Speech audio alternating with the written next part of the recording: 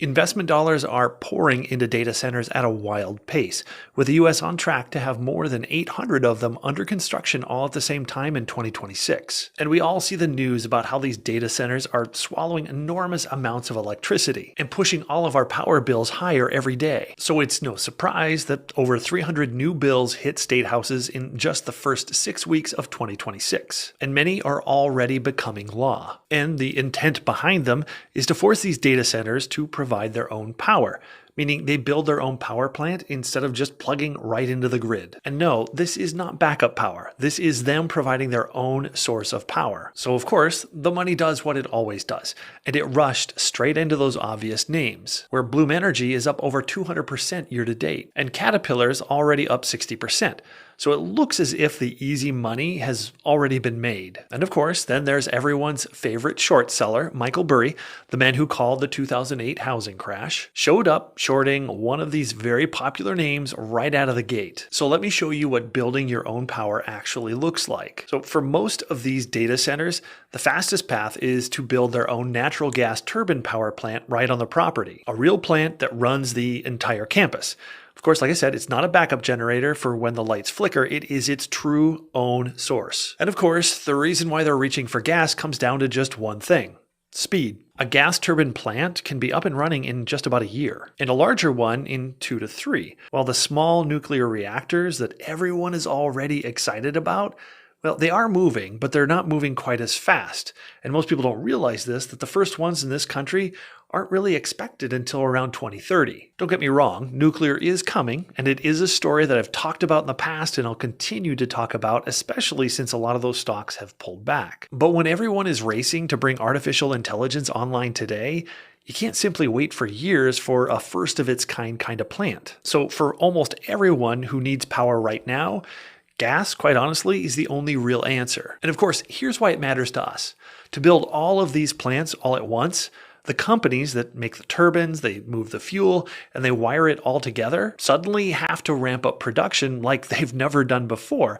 And that surge in demand is what lifts their revenue. It's going to fill up their backlogs, and it's eventually going to push their stock prices higher and higher. And those are exactly the types of businesses that I want to walk through today, because they're going to be the ones that get paid no matter which one of the giants actually win. Now, before I jump in, if you're getting any value from my research or my videos, please consider pressing the like button and also consider subscribing so that you can help my channel continue to grow. But if you'd like a more direct connection with me, then please consider signing up for Patreon, where you can get access to my portfolio and all of my stock trades in real time. All right, let's start with Energy Transfer, one of the largest natural gas pipeline operators in the country and one of the few already piping fuel straight to the data centers that are driving this whole story. It runs more than 130,000 miles of pipeline across the United States, and close to 90% of what it earns comes from long-term fee-based contracts. So they get paid to move and store that gas no matter what the energy prices are doing. There aren't really any competitors out there that can rebuild a complete network of this size, which means when a new data center needs gas, the fastest path is to usually plug it directly into a pipe from Energy Transfer that they already own. And that is exactly what is happening right now, with gas already flowing to Oracle's data centers. Signed deals tied to campuses like Fermi and Cloudburst, and new pipe going into the ground in Texas built specifically just to serve them. And then of course there is the payout.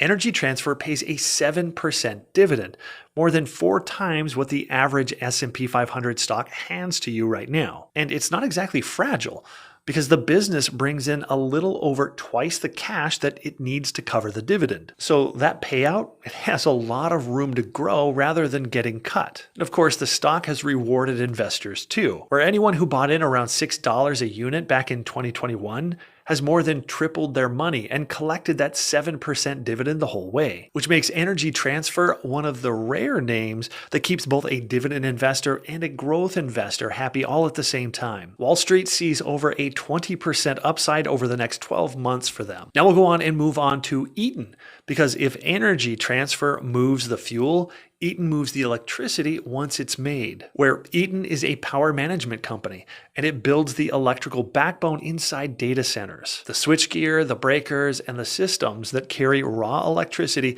to thousands of servers without ever letting the power drop. Now, what makes it a true picks and shovels play is that it simply does not matter whether the electricity comes from a gas turbine, a fuel cell, or the grid, because all of it has to run through Eaton's equipment to even reach the servers. And the demand shows up hard in the numbers, with data center orders up 240% in a single year, with a backlog of booked work past $14 billion, and data centers now making up more than a fifth of everything that the company sells. Eaton is also widening its grip on the rack itself, because it worked directly with Nvidia on a new 800-volt power system, built for the moment these dense AI racks push past what the old copper-heavy wiring can even handle. And they went even a step further by buying Boyd Thermal to move into the liquid cooling those same racks now require.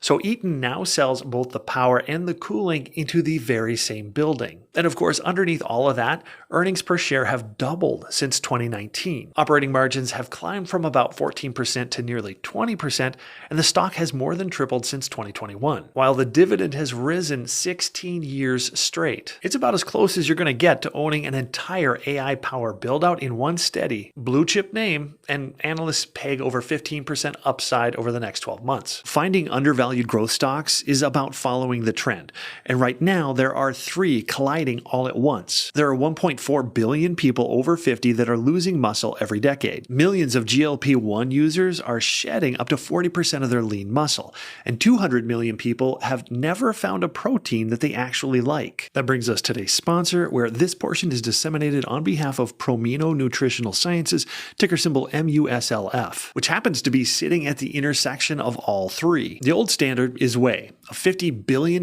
market built on 40 grams of powder, 120 calories, dairy that bloats many people, and hours to absorb. But Promino built the better mousetrap. Their flagship Rejuvenate triggers muscle protein synthesis at just 5 calories, with 0 dairy, 0 sugar, and full absorption in just 15 minutes. And this isn't just a hunch. The formula came out of the University of Arkansas from Dr. Robert Wolf, backed by 23 years and over $20 million in research. And the market's starting to catch up because Rejuvenate just entered 4,500 CVS stores and it's adding another 2,000 locations. It also won the best drink at the 2025 ECRM Buyer Session, an event that I've personally attended many times, and that's a coveted award. And the largest production run in company history is underway just to keep up. And the stock is near the cheapest it's ever been. The market cap still tiny against the opportunity that's right in front of it. You've got aging, GLP-1, and 200 million unhappy protein drinkers, and they're all pointing at one product. And that's the trend that a lot of us are looking for. As always, do your own due diligence and check the link down in the description to learn more about Promino. From there, we move on to GE Vernova, the company that actually builds the giant gas turbine those on-site plants are going to require. Where they spun out from General Electric in 2024, it's one of only a handful of companies in the Western world that can build large frame gas turbines at this scale. And its factories are capped at about 10 gigawatts worth of them every year, where demand has blown so far past that ceiling that its order book is already sold out all the way through 2030. And quite honestly, that's the whole story, because being sold out for years has handed GE Vernova enormous pricing power. So it now charges 10 to 20% more for every new turbine. And buyers pay it because, well, honestly, they've got nowhere else to go, which you can definitely see when you look at the financials. Even though revenue is growing only in the single digits, profit margins are on track to more than double in just 2 years. And free cash flow has swung from burning through billions a few years ago to nearly $4 billion last year, with guidance to roughly double that again. So in plain terms, GE Vernova is getting paid far more for the same amount of steel that it was already shipping. And there is one more reason it is a true wins no matter what kind of name, because it is not only the gas turbine leader, it is also building one of the first small nuclear reactors under construction in the Western world. So even when nuclear finally kicks in, GE Vernova is already on that side of the trade too. Since it was spun off at around $140 a share back in 2024, the stock has climbed nearly 8 times over, which makes it now one of the major toll booths on the entire build-out that we're talking about. And when you look at what analysts say, they still see over 20% upside over the next 12 months. Now for a name that I'm pretty sure most people don't connect to data centers, and that's Howmet Aerospace, which is the pick hiding behind the pick because a gas turbine is only as good as the blades that are spinning inside of it. Those blades are single crystal castings engineered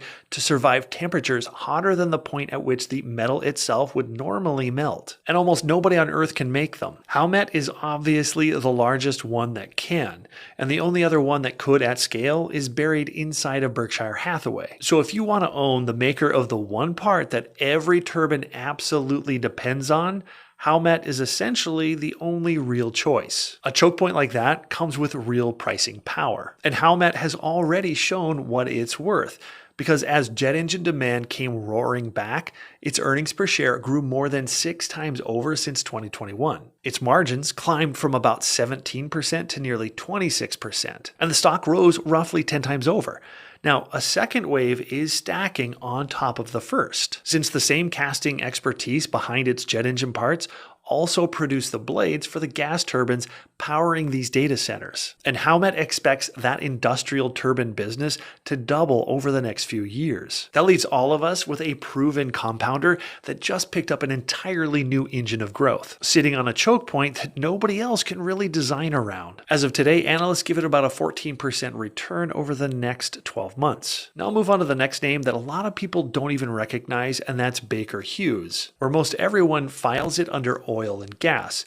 But tucked inside is one of the few companies that make aeroderivative gas turbines, which are the lighter, faster to install cousins of the giant machines GE Vernova builds. And they are exactly what a data center grabs when it needs power quickly and cannot wait years for a heavy frame. And the demand was a bit of a shock because it happened all at once. Because in a single quarter, Baker Hughes booked around $1 billion of data center power orders, matching everything it had already booked in an entire prior year. And it's now moving to buy Chart Industries so it can bolt advanced cooling onto that lineup and sell a data center both the power and the gear that keeps it all from overheating. Quite honestly, I think the mispricing is the opportunity here, because Wall Street still thinks of it as an oil services company. It is the cheapest and the least noticed name on the list, even as its power business quietly has been taking off. And over the past 4 years, it's doubled its operating margins from about 6% to nearly 13%, grown its free cash flow, and built a record backlog. And yet the stock has moved only a fraction of what the flashier other names have. So you happen to be buying a genuine turbine maker riding the very same wave as everyone else, but for a bit of a fraction of the price as everyone else with a lot less attention. Of this entire group, analysts actually hand them the most room to run at over 35% over the next year. Now this next name you're going to recognize as associated with trucks, and that's Cummins. And that is exactly why the market keeps underrating what is happening inside of it. The truck engine business is huge, and it's steady, and quite honestly, it's a little bit dull. But bolted onto it is a power generation arm that builds the large natural gas engines that a data center drops on site to run its own microgrid. And that piece is quietly taking over a lot of stories that people haven't quite read. Over just the last year or so, Cummins roughly doubled its data center revenue to around $3.5 billion. Its power generation sales grew nearly 30% in a single quarter, and that segment just posted a record profit margin close to 30%, which for a heavy industrial is pretty much remarkable. It has already signed onto projects like 2 gigawatt AI campuses in West Texas, and its data center order book now runs all the way through 2028. And the appeal is that all of that growth comes wrapped inside of a cheap, stable, dividend-paying industrial rather than a hyped-up story stock. Today, Cummins trades at around 23 times forward earnings, which is a fraction of what the pure plays command. It has raised dividends more than 15 years running, and the stock is still roughly tripled since early 2021, as the market slowly wakes up to the power side. It is the quiet, income-paying way to own the engines going into these data centers. And of course, over the next 12 months, analysts give them about 20% upside. Now, the next name on the list is Williams Companies, where they're not simply content to just delivering the gas.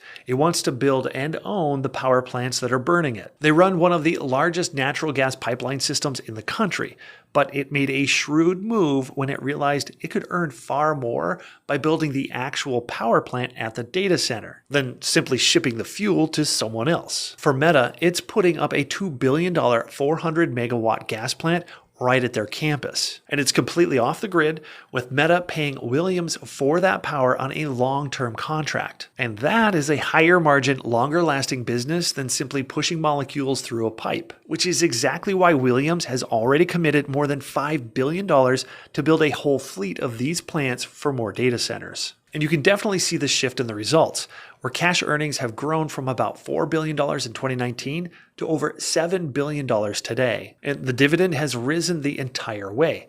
And the stock has more than tripled again, like all the others, since early 2021, as investors slowly caught on to the pull that data centers are putting on this kind of network. This, of course, is the pricier, more growth-oriented way to play the gas side of the story. A pipeline company that's steadily turning itself into a power company.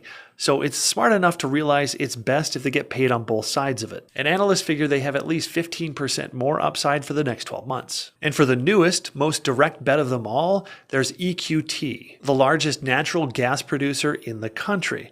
The company that actually pulls the fuel out of the ground. So every one of those on-site gas plants needs enormous, steady supply of natural gas. And EQT sits right on top of the Marcellus Shale in Appalachia, producing more of it and at a lower cost than really anyone else in America. That scale is why it just locked up an exclusive deal to supply the gas for Homer City, a 4.4 gigawatt artificial intelligence campus rising on the site of what was once Pennsylvania's largest coal plant. And as these data centers burn more and more natural gas, EQT is one of the few companies that can actually physically produce it. And of course, here's the twist that kind of makes this interesting.